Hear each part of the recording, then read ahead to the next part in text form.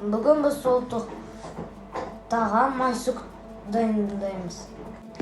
Ең алдымен біз бірінші жуылған тарыны алып, арнайы ыдысқа салатын боламыз.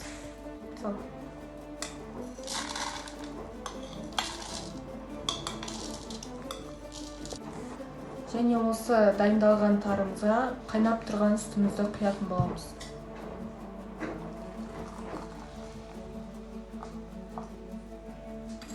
Және осы ыдысты бетін жауып 20 минуттай уақытқа қойып қоямыз.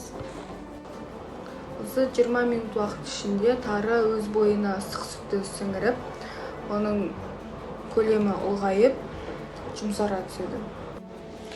Және осы бұқтырылған тарымызға енді 2 қасық қант салатын боламыз.